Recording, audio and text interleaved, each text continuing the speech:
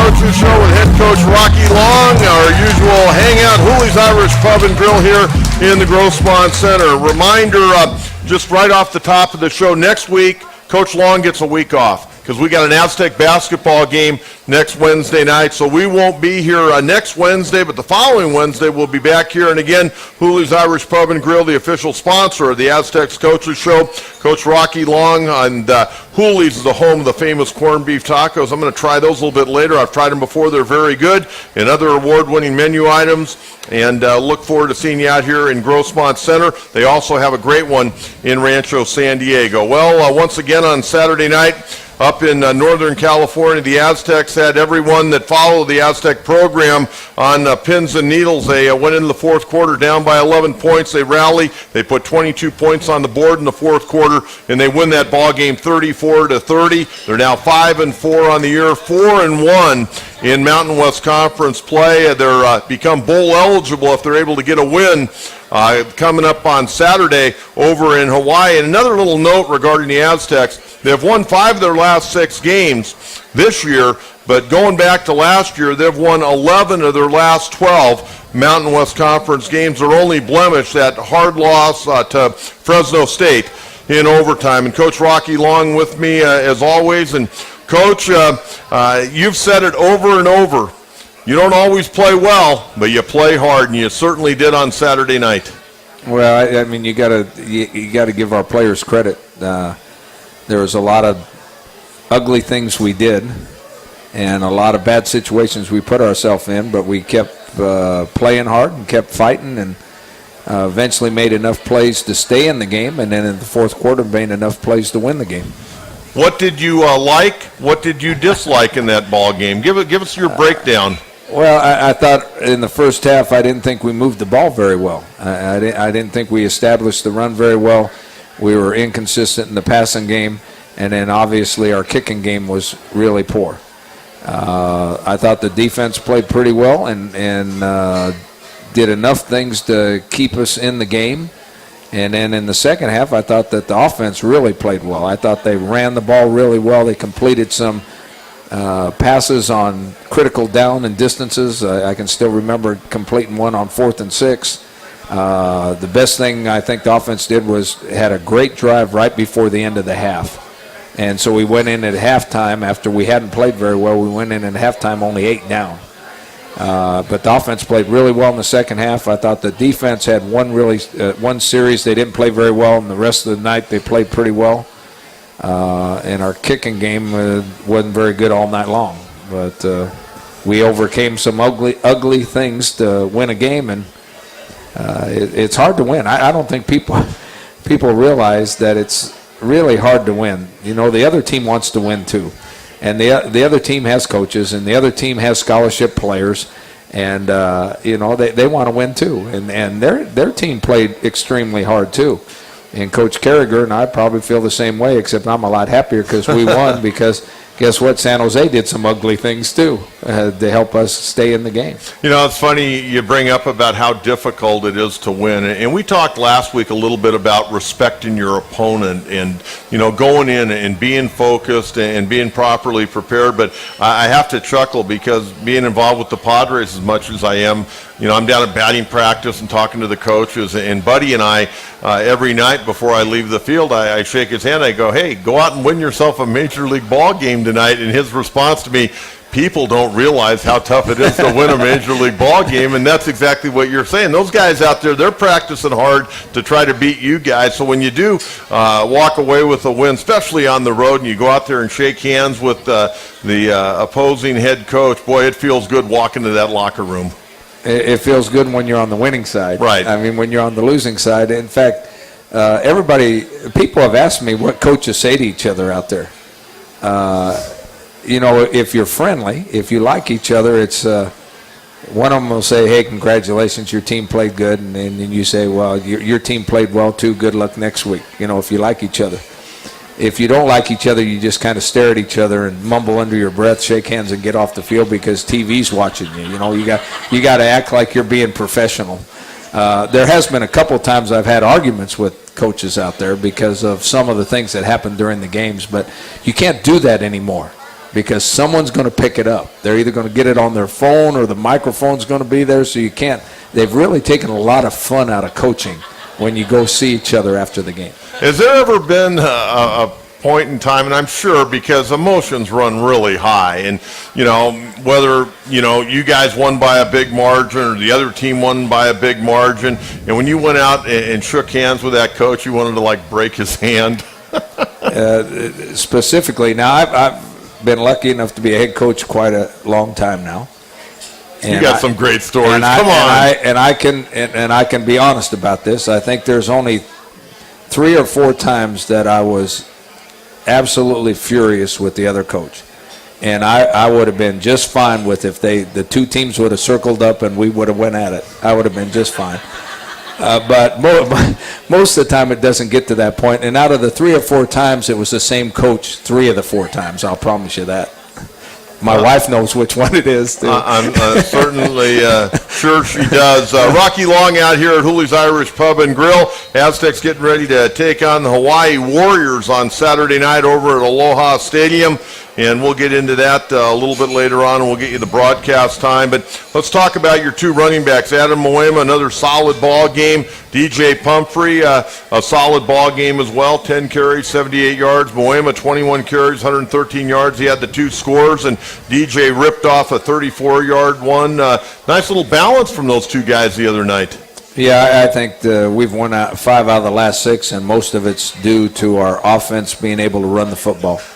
Our offensive line's blocking much, much better and giving those 2 guys some room to run. And Adam Moema is back to himself, and he's running hard, breaking tackles, making people miss. And then the perfect complement's DJ Pumphrey, because he's a completely different type of runner, and he's really, really fast. He can make you miss, and he can just outrun you. So the 2 of them really complement each other, which really helps. You see, when you got a good football team, it always seems. I'll go back to '94 here in San Diego with the Chargers. They used to have Natron Means first quarter and a half, hit pound in there, pound in there, pound in there. They'd come with Eric Bieniemy, who was just a little bit quicker, and those defensive linemen were kind of, used to the timing of Natron Means. That quicker back would just get through there a little bit quicker, and having that changeup really can change the whole complexion of your running game. Yeah, I think it does. I think they complement each other very well, and I think that it's hard on the defense when one comes in as compared to the other. As soon as you go and try to tackle DJ, and he makes a move and then can outrun you, and you have to take a different angle to cut him off. Now all of a sudden, Adam's there, and he runs right through you. I mean, that's pretty tough on most defensive guys. How did you grade your quarterback? He went 18 of 31, 235 yards, 2 touchdowns, an interception for Quinn Kaler. I thought he did a great job of managing the game, and he made some really crucial throws. I don't think it was his best game, and we hope there's some better games coming. But he is doing what a quarterback's supposed to do. He's giving you a chance to win. He's converting some 3rd down situations that are tough, even some 4th down situations that are tough. He's getting us into the right protections. He's getting us into the right running plays and the right blocking schemes. That's what good quarterbacks do. They give you a chance to win. How'd the offensive line grade out in this game? I mean, by looking at these numbers, I would have to say pretty good. I thought they played really well. I mean, I think that we had a fumbled snap that we lost, and that's the quarterback in the center. That's not good. And we gave up a couple sacks. But overall, anytime you have 2 guys that run for that many yards, or you're over 200 yards rushing for the day, your offensive line's playing pretty good. Wide receivers, guys really move the ball around. Colin Lockett, a nice ball game with 6 receptions, 90 yards. He had that 14-yard touchdown catch. Also did a nice job in the return game. But Tim Veazey, a couple of catches for 64 yards. Zell Ruffin, 3 catches, 25 yards. Chad Young coming out of the backfield, a couple of catches. Your tight end, Adam Roberts, a couple. And Dylan Denzo, a guy that, every once in a while he'll show up and make a big play. Well, I mean, it's an interesting thing with our receivers. Zell Ruffin, for the first time in his career, got the number 1 tag by the defense. In other words, they considered him good enough that they had to do some special things to try to take him away. They put their best cornerback on him, and the free safety was always favoring to his side. So it was much harder to get him the ball. And when you do that, the other receivers have to step up. And so Colin Lockett, I thought, had a great game, and he stepped up. Tim Vizzi played really well. Dylan Denzel will catch an important pass from now and then and get us a first down. But what people don't realize, because you're so in tune to watch an offensive and defensive play, that you forget sometimes about special teams. Dylan Denzel is one of the best special teams players on our team, and he starts on 3 of them.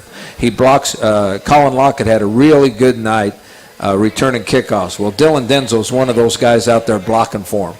And I think people if they watch the game, Dylan Denzel also made a big-time hit on covering a kickoff. And people kind of forget if you're a receiver and you're not catching 5 or 6 passes, everybody's going, what are you doing? Well, Dylan Denzel's playing a great game. He's doing different things than being a receiver. And we got 3 or 4 guys like that are really good football players that probably don't get the credit they deserve. It seems like the last couple of years, guys like Denzel and Vizzi, you don't hear about them a lot, but it always seems like they make something happen when they do get their opportunity. And they're the kind of guys you want to be around. I mean, they're team guys. We have mostly team guys on our team, which is really nice to be around them, but they're team guys. I mean, there's a lot of receivers you say, hey, I want you to run down on the kickoff, and wide receivers go, ho, ho, ho, not me. I'm a receiver. I don't run down on kickoffs. Well, Tim Vizzi also returns punts and is a kickoff returner for us too. And Dylan Denzel's on all of them. And that just shows you what kind of guy he is, first of all. And it shows you that he's an athlete, not just a receiver. He's an athlete playing football. Guy wants to play football, and he's doing a nice job for the Aztecs. Let's get to the kicking game, okay? And I knew it was coming soon. Well, I know. I mean, this is a layup for a talk show host to ask about this kicking game. But Seamus McMorrow, 0 for 2 on field goal attempts, 2 of 3 on extra points, had a 35-yarder blocked, a 38-yarder he missed, had an extra point blocked. You went to West Fear the other night. He had an extra point blocked. You guys have not converted a field goal attempt since September 28th. At New Mexico State, and at that point in time, West Fear was like 8 for 8 on the year. What happened? I wish I knew. I mean, if we'd have known what happened, we'd fix it. You're going to bring in Jan Stenerud to work with these guys, or what? That's interesting because I've had a lot of emails. Oh, I bet you have.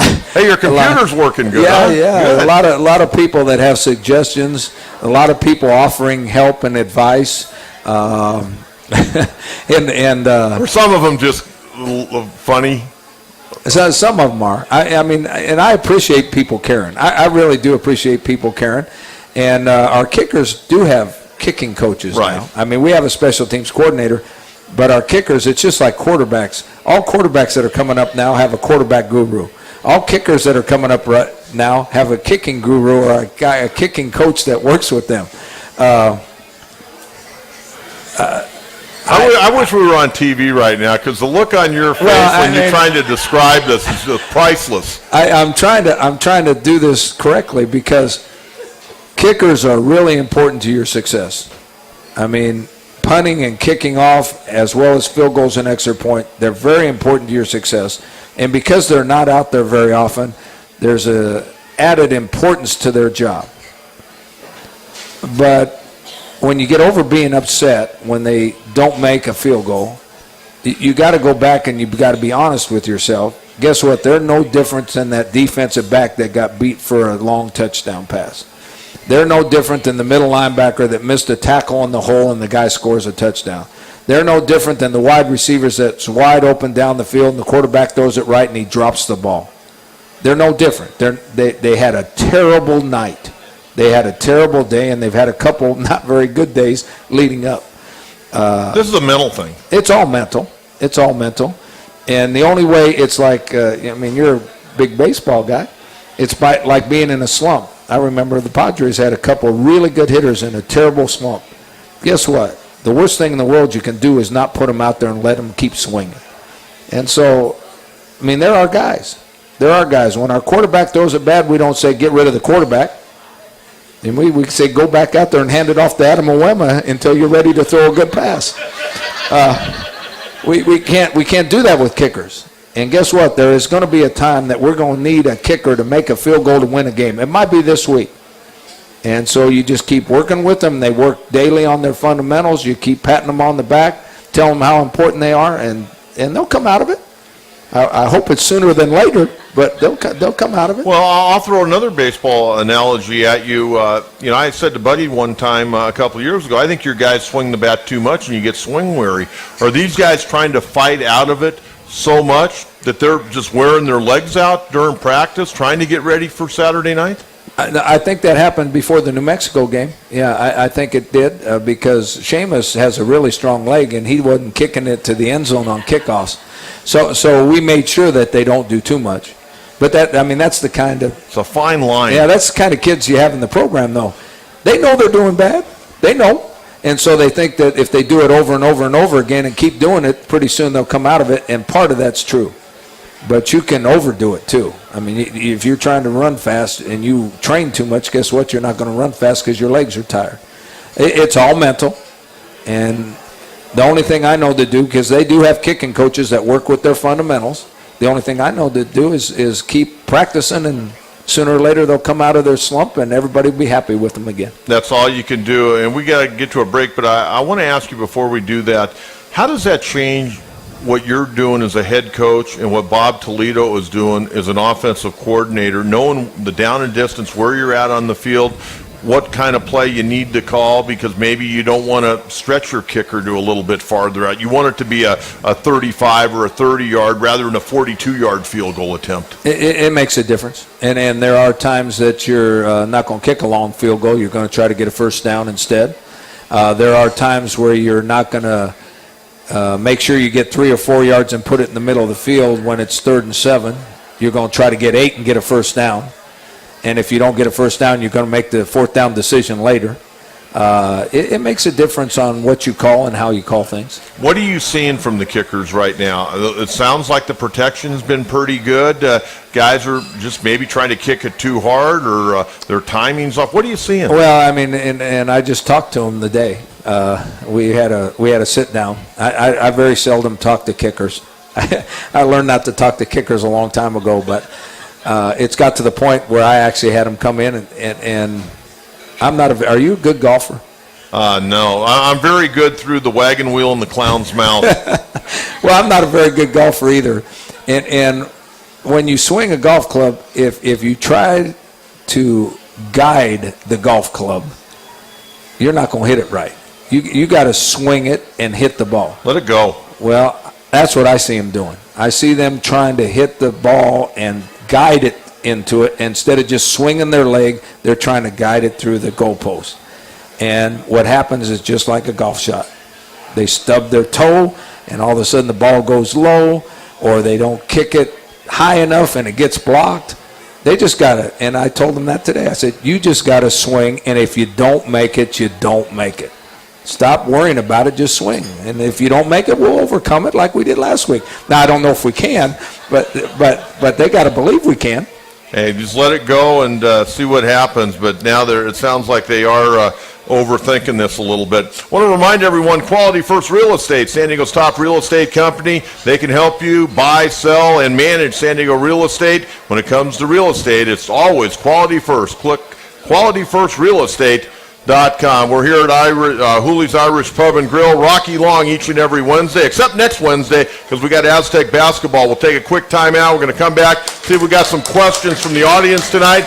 We'll also take phone calls. San Diego, 858-457-1090. Our toll-free number, 877-792-1090. The Aztec Coaches Show with the head coach of the San Diego State Aztec football program, Rocky Long, only right here on San Diego Sports Leader, the mighty 1090. Long, here each and every Wednesday. Now, I've been told not only will we not be here next week, we'll not be here the following week because it's the night before Thanksgiving, Coach. Well, okay, I'll miss you, but that Thanksgiving's a lot more important. Well, I'm going to miss you too, but hopefully we reunite because you guys are going to get into a bowl. You still got some work to do, though. We have a lot of work to do, and when you get on the edge and you have to win one more game to get over the edge to be able to go to a bowl game, it seems to get more difficult, or it seems to get, I don't know, you get a lot more nervous about the game. I'm already more nervous about this game than I was last week about that game. Well, I think for good reason. Even though Hawaii is sitting at 0-9, they're 0-6 in the Mountain West Conference, they may not be as bad as their record, believe it or not. They've played some teams pretty tough. Well, the interesting thing is, and we've done obviously a lot of evaluation of them a lot of different ways. One of them is if you just look at their scores at home. And since we're playing there, they played much, much better at home. I mean, the team in our league that can win out and go to a BCS Bowl, Fresno State, beat them by 5. And they played them in Hawaii. Colorado State, who is 5-5 right now and fighting to get in a bowl game, they beat them by in Hawaii. They beat them by 7 and had to score at the end of the game. San Jose beat them by 10 and were ahead by 21 until the fourth quarter. They play so much better at home than they do on the road. And they have a quarterback that is a hot and cold guy. If you get him on the cold night, you're just fine. If you get him on the hot night, you're in trouble. And then they just got back their number one running back, who has missed the whole season because he got hurt in preseason. I think he carried the ball twice in their first game. He is 6 foot tall, 250 pounds, and the first game he played in was against Navy last week. He carried the ball 35 times for 190 yards. So all of a sudden they've got a new weapon on offense that they didn't have before. And so if he can run the ball like that at 250 pounds and then the quarterback's hot, I mean, it's going to be a heck of a football game. And I've been on one team that was had not won a game until the last game of the year. Okay, and I want you to know those kids want to win desperately, and they work really, really hard like every team does, and they'll do anything they can to win. And I'll tell you this story because I was at Oregon State at the time, and we were 0-10. And we were playing Oregon, who was 8-2, and getting ready to go to some fantastic bowl game. And the Oregon State kids beat the hell out of Oregon that night. At Oregon, too. So college kids are going to play hard every week. And if they have a good night, you're in trouble. And we have a tendency to keep every game close anyway, so I just assume it's going to be another close game. I want to get into the travel plans a little bit, but also want to remind everyone, tickets still available, and this is going to be a heck of a ball game. Hopefully the Aztecs will be going for their 7th win a week from this Saturday, November 23rd, as the Aztecs bring in Boise State. Kickoff for that game is going to be at 7:30. Tickets for the game start at only $16. You can purchase tickets right now, 619-283-SDSU, or you can log on to their website, goaztecs.com. Again, November 23rd, 7:30, Boise State. Chris Peterson bringing the Broncos to Qualcomm Stadium. Before we get back to Hawaii, I wanted to kind of get your assessment, because early in the year, you made a statement. And it was a good statement because you were talking about improving, and you said it was right the first week of the year before the first game. You said, our secondary is very inexperienced. We're probably not going to be real good early, but by the middle of the year, I think we're going to be pretty good. These guys are working hard, and they're going to be where I want them. And I would think right now you got to be pretty happy with your secondary overall. Yeah, early in the season it was our corners because we had experience at safety, but it was our corners that none of them had ever started a game. King Holder had played some, but he had never started a game, and the other guys hadn't played at all. In the last 3 weeks, now against New Mexico, it was such a running game that the corners weren't really involved, but we've played 2 really good passing teams in the last 3 weeks in Fresno State and San Jose, and our corners have played really, really well. And they're young guys. They're going to have to play well this week, too, because Hawaii throws a lot of deep balls. But our corners have made a lot of improvement. And that's one of the reasons we're playing better on defense, is because our corners can hang in there and match up one-on-one and make plays. I want to get into depth a little bit because, boy, we were talking, and we've talked quite a lot about, these spread offenses, running 80, 90 plays a game, and building depth. And, when you look at your secondary, obviously you got your nickel package, you got your dime package. How deep are you at that cornerback position right now? Well, I think we have 4 guys that are pretty good players, and could be really good players, with another year or two, and some of them aren't. I think we have 1 junior, The other ones are sophomores. So the cornerbacks are going to be good for the next 3 years. What the problem is now is that we have 6 senior safeties. So that's the way college football is. Next year there's going to be a whole bunch of young safeties running around out there. So that's a lot easier to handle young safeties if your corners can match up one-on-one. Okay? It's tough when your corners can't match up one-on-one because now you have to protect them, so now you don't get run support on the running game and all kinds of things. So it's easier to break in safeties than it is corners. But depth-wise, with the way the spread is going now, you probably have to have 6 to 8 defensive backs that you feel comfortable with that can go in and out of the game, stay fresh, and match up the different personnels that they put in. We're going to get to the bottom of the hour. We'll take a quick time out here at Hooley's Irish Pub and Grill. Head coach Rocky Long of San Diego State. John Quintera will be back. Another half hour to go, and then I'll get into my general talk show tonight. One of my guests later on will be Steph Curry, the great shooting guard of the Golden State Warriors. This is San Diego sports leader, the mighty 1090. Grill, of course, right here in the Grossmont Center. They also have a fantastic one in Rancho San Diego, award-winning food, great draft and bottled beer selections, fantastic happy hour specials. You can go to their website, Hoolies.com, for directions and more. Hoolies, the official host location of Aztec Football Coaches Show. Let's jump back in and talk a little bit about Hawaii. Norm Chow, longtime coach with Lavelle Edwards up there at BYU, left there, went to North Carolina State, worked with Phillip Rivers his freshman year. Then he ended up leaving there, going to USC, had a nice little run there. Then kind of went into the NFL with Tennessee. I know his resume pretty well. Yeah, worked with Vince Young. And then he ended up at Utah, now the head coach. Been waiting to be a head coach forever and ever. 3-9 last year, 0-9 this year, 3-18 combined. He didn't, I don't know if he inherited a whole lot, but he had changed some things around, and so far it hadn't gone real well. Yeah, they have struggled, and I've had the pleasure, I guess it's been a pleasure, to play against Norm as the offensive coordinator many times, and then last year was the first time as him being the head coach. He's one of the better offensive minds in the country. He really knows what he's doing on offense. He's done a great job, especially with quarterbacks. He's done a great job coaching quarterbacks. And everything they did at BYU that BYU is famous for, they were one of the first teams that ever did the extended passing game, and they tore people up with it way back when it wasn't even popular to throw the ball that much, and they threw it 50 or 60 times. That's Norm Chow. He's an excellent coach. Now, I took quite a while before I became a head coach too. It's not the same job.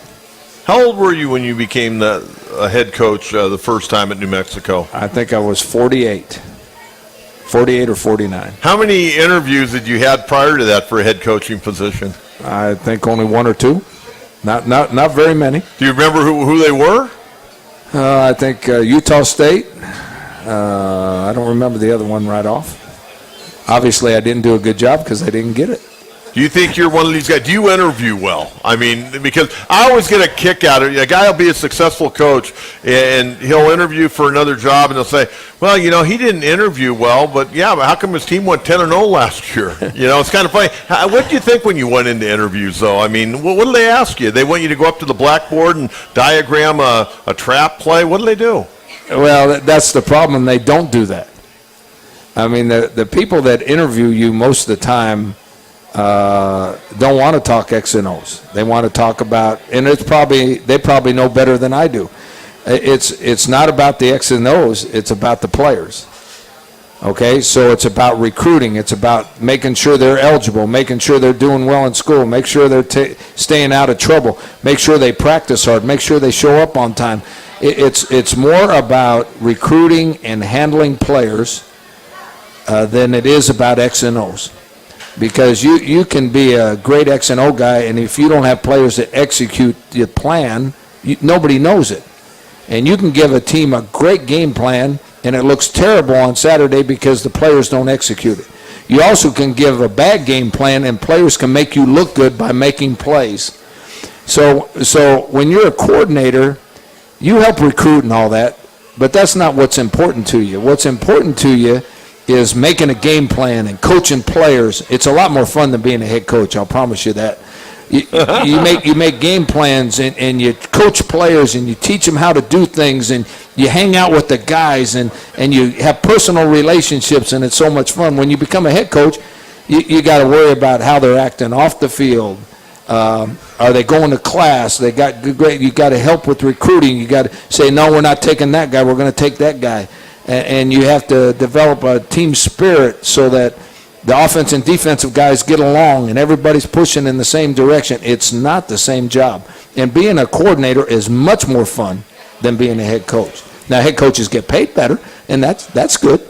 Yeah, I'm not going to get into the pay because I read what you made last week in the USA Today. I thought that was interesting. They put all the head coaches their pay in there, and I haven't told you, but I think you deserve a raise personally. But nonetheless, hey, let's talk a little bit about Hawaii. We talked about them offensively. They like to throw. They got Iosefa, their big running back, had a big ball game last week and a loss to Navy. Defensively, what problems do they present for the offense? Well, I think everybody knows their defensive coordinator because he was the defensive coordinator for He's a great guy. Yeah, he's a good guy, and he really knows what he's doing. They're a very aggressive defense, and they play a lot of man coverage. So what you'll see now, they do it out of a little bit different scheme. They're a 3-4 scheme, and we're I don't know what our scheme is. We play 5 DBs all the time. People call us a 3-3 stack, but that's not a good description. Well, they used to always say you were a 3-3-5. Yeah, and I guess we are. I guess we're a 3-3-5, but they're a 3-4 team that pressures and plays a lot of man coverage. They got big, strong guys up front. They have excellent linebackers. They've struggled a little bit in the secondary this year. But what you'll see is 2 teams that try to disrupt the other offense.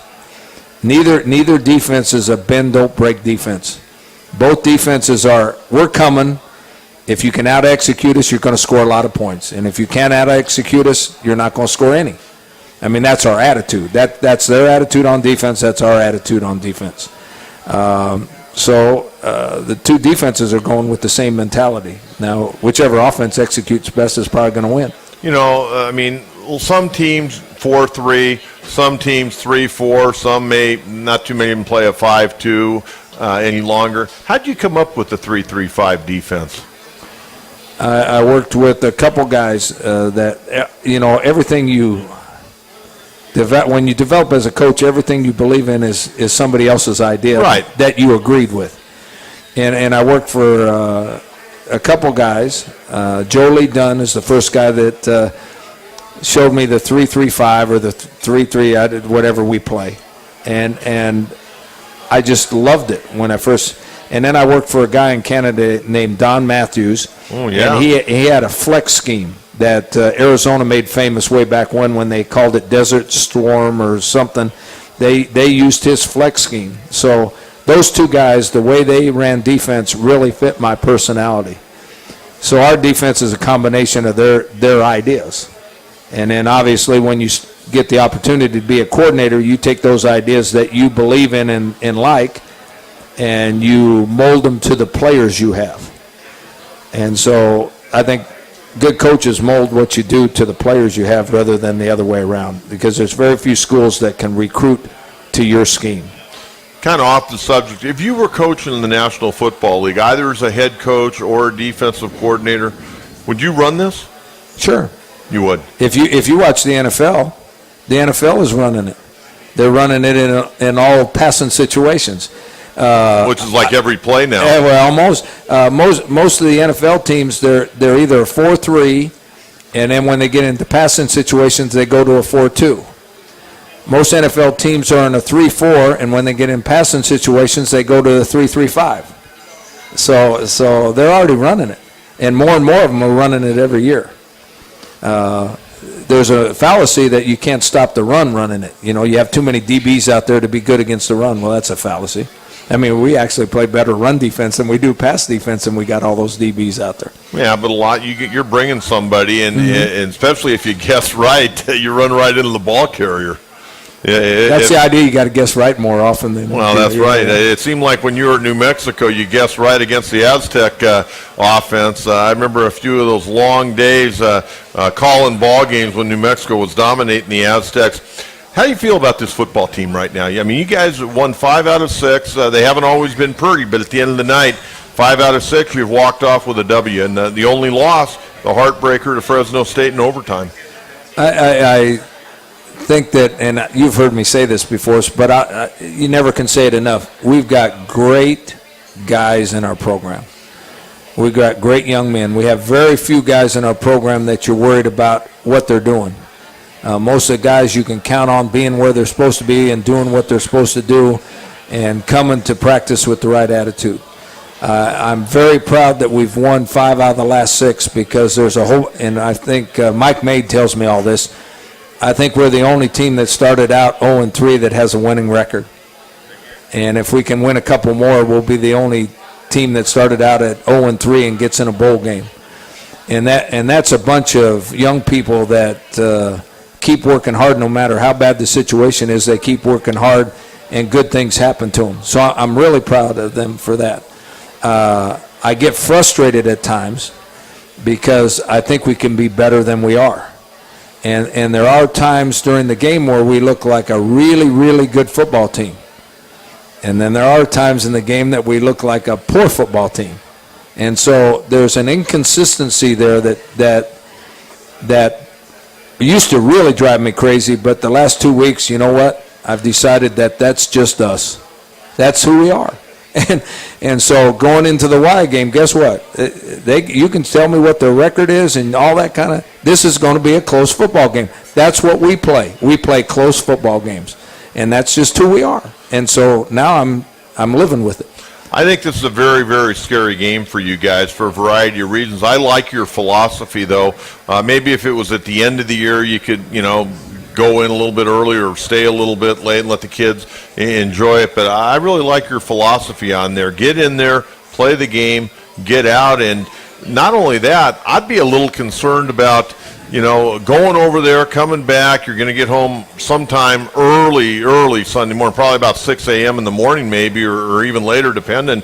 But you got to get ready for Boise State as well, and that has to be a concern, that little, I don't want to say jet lag because you're over it, but just maybe the preparation issue. Yeah, I've been, I guess, lucky to be with teams that have gone to play Y a lot of times. And I think we're going to get back we're scheduled to get back at 7 a.m. on Sunday morning. And everybody that's been to Y realizes when you land in a Y, there's an atmosphere there that everybody's on vacation. And if your team falls into that atmosphere and feels the same way that they're on vacation, you're going to get your butts beat. That's just the way it is. And if it was the last game of the year, you could go over there like we're going to go over there, play the game, and stay a few days. It's almost like a bowl game. Yeah, like a bowl game. But as you said, we got 2 important games to play after that one, and this one is really important too. So I hope our players realize we're trying to do it just like we do every other game. It's not a big deal that we're in Hawaii. We're there to play football. And I've been with teams that had that attitude, and guess what? Every one of them won. And I've had teams that were all excited about going to Hawaii, even though they're only going to be there about 24 hours. They're all excited about going to Hawaii, and those teams lost. So I'd just as soon be going to Laramie, Wyoming. Well, that's a little bit different up there atmosphere as well. But, but you're only going there to play football. There's no other reason to go. Well, that's true. I would agree with you on that. And they also have to understand that you guys have done some great work the last 6 weeks, even losing to Fresno State. Some great work. They go over there and not perform and get on that plane with a W. A lot of that hard work, boy, kind of comes crumbling down, and then you got to really scamper the next couple of weeks to get in the bowl. Yeah, I think that, that's been explained to them. I think they understand. I think they understand that we got to win another game to be bowl eligible. And if you don't do it this time, the next one gets harder, and if you don't do it that time, the next one gets harder. There's a couple teams in our league that are fighting that right now. UNLV's fighting that, and so is Colorado State. Colorado State and UNLV have had 5 wins for 3 weeks. and they don't have a sixth one yet. So they're fighting that battle right now. So hopefully our players understand that and we go over with the right attitude. We'll take our final time out. One more segment with Coach Rocky Long live here at Hooley's Irish Pub and Grill. John Quintero, this is the Mighty 1090.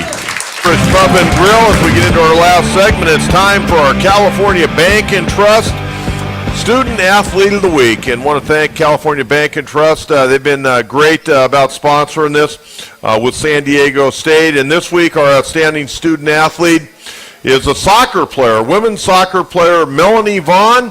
And by the way, congratulations to the Lady Aztecs. They're going to be playing UCLA on Friday night at Drake Stadium, and good luck to Coach Friesen. But Melanie Vaughn, the top-seeded San Diego State Aztecs defeated third-seeded Boise State 1-0 in the Mountain West Conference Tournament Championship for the second year in a row. SDSU goalkeeper Melanie Vaughn picked up the postseason win, number 2 with 5 stops, including a diving save in the last 3 minutes of the game to secure the win for the Lady Aztecs. Starting all 21 games of the season, Vaughn ends the season with a career-high 74 saves and 12 shutouts. Vaughn, a redshirt sophomore originally from Harbor City, California, also competed in the triple jump, where she was a high school league champion and a first-team pick. She's majoring in social sciences. Congratulations to Melanie Vaughn, this week's California Bank and Trust Student Athlete of the Week. And one little note on that, Coach Friesen and the Aztec women, that's 2 years in a row that they've won the league, and 2 years in a row they've won the conference title. Only one other team has done that in the 15-year history of the Mountain West Conference. Didn't know I knew so much about women's soccer, did you? That's good. I mean, you're a soccer guy anyway. Well, a little bit, yeah. You know, I'm a sports guy. Yeah, there you go. Whatever it is, athletic competition is what I'm all about. Okay, travel plans. Let's talk. You staying in town or out of town? I would think out of town. No, we're staying in town. Really? Yeah. We're leaving at, I think we're leaving at noon. We get there at 4 o'clock. We're going to the hotel, eat dinner at 6, have walkthroughs, put them to bed at 9, which is, I think, midnight or 11 o'clock our time.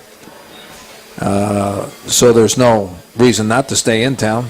I mean, they're not going to be doing anything but going from the room to the meeting room. So you're going to walk down the sidewalk to one of those little stores and buy yourself a Hawaiian shirt for $10? No. And they better not be walking down to them either. You let the guys walk down the street a little bit, don't you, to get a little fresh air? No. You don't let them out of the hotel? No. We go out of the hotel and we walk to the nearest park and do walkthroughs. Okay. Yeah. So they'll probably walk by the beach or something. But what's a guy from San Diego need to look at a beach for? Well, we have just as nice a beach as they do, right? Yeah. Yeah. So it's no big deal for us to go to a beach. Oh, I agree with you 100% on that. As far as attacking them, I mean, pretty much standard game plan, what you guys have been doing, little balanced offense? It's more like we did against San Jose, because San Jose, the week before we played them, had rushed for 300 and something yards. So you have to be a more balanced defense because they're a more balanced offense now that they got Iosefa back. They're a much more balanced offense. On offense, I think we're going to have to try to challenge them with the pass a little bit and back them off a little bit. It'd be nice to establish the run right away, but they're going to be crowding the line of scrimmage and making it very difficult to run. So the only way to loosen them up is to complete a few passes, and then maybe the running game can get going. And I think, now since we talked about it, I think the kicking game is critical. We've got to establish field position with kickoff returns and covering kickoffs, and we've got to do a good job of kicking field goals when we need to. And the trade winds over there can be a little troublesome from time to time. Let me ask you a question. There's so many things I wanted to get to tonight. So you got to get to a bowl game because we got to do another show together. And I wanted to get to the walk-on program. We're not going to probably have time for that. I wanted to ask you about the coin toss. Years and years ago, you win the toss, you wanted the football. Now it seems like the cool thing to do is you win the toss and you defer. Your thoughts on that? Yeah, in fact, our record was broken. We were the number one team in the country for getting the ball first in a game up until last week. I guess I'm old school. I think you get the ball as quick as you can because there's a chance with turnovers and all kinds of things that you're going to get an extra possession instead of deferring to the second half. You can get an extra possession, I think, if you start with the ball first. That gives you a better chance to get an extra possession than if you start with it second. And that just makes sense to me. So our standard deal is we go out, and if we win the toss and it's our choice, we take the ball and let them decide which way to kick. If we lose the toss, almost every other team will defer to the second half. So we had this unbelievable record going on getting the ball first in I don't know how many games, a bunch of games. Well, last week, Ron Carragher, they won the toss, and he took the ball. What is that? He's supposed to give it to us. So our record was broken. No, our standard deal is if we have the choice, we take the ball. When did that come to be kind of the cool thing to do? About 8-9 years ago, maybe 10 years ago. Maybe longer ago than that. And the only time, as a head coach, the only time I have not taken the ball first is when the weather is terrible. Right. And it's not rain, it's not snow, it's wind. When the wind's blowing 40 miles an hour or more, you want to start with the wind at your back because it's so hard to throw the ball into the wind. So you get started off well. You get to start the game off well because the wind's at your back. And then in the second half, usually it's their choice, but the second half you're probably going to get the wind at your back in the fourth quarter too. Right. So the only time we've ever deferred is when the wind was really, really strong. Well, check the wind over in Hawaii on Saturday night because it can be pretty miserable over there on some nights, and I'm sure it'll be hot and humid as normal. Coach, good luck, and I won't see you next week. I won't see you before Thanksgiving, but happy Thanksgiving to you and your beautiful bride. Same and to you. You know, next time you and I see, we're going to be talking about going to a bowl game. Go get that W. I hope that's it. Thank you very much. Hey, you're welcome. Coach Rocky Long, big hand for Coach Long. What a treat for me to be able to do this show each and every week. I really mean that. I've got such a great regard for Coach Long and what he brings to the table, and he's done an outstanding job at San Diego State. And to rally back from an 0-3 start, some tough early season ball games to where they're at right now on the verge of one more game becoming bowl eligible. And you know, I think there's a couple of other wins on that board. If they can get one on Saturday night at Hawaii, they got Boise State, and then they finish up over at UNLV. They're also trying to become bowl eligible. But take one game at a time. We wish Coach Long and the Aztecs all the very best on Saturday night. Now, broadcasting schedule-wise, the game's at Aloha Stadium, 7:30 local time. It'll kick off here in San Diego. You'll hear it on the Mighty 1090 and also live on the Walrus 105.7. We'll get to the top of the hour. We'll get you an update from Justin Kranz. When we come back, we'll get into my regular general talk show until 9 o'clock. Coming up at 8:15 tonight, star guard of the Golden State Warriors, Steph Curry. Also at the bottom of the hour, we're going to talk with the first-year head coach of UC San Diego, the Tritons, Eric Olin, will join us on the program tonight as well. This has been the Rocky Long Show, live right here on San Diego Sports Leader, the Mighty 1090.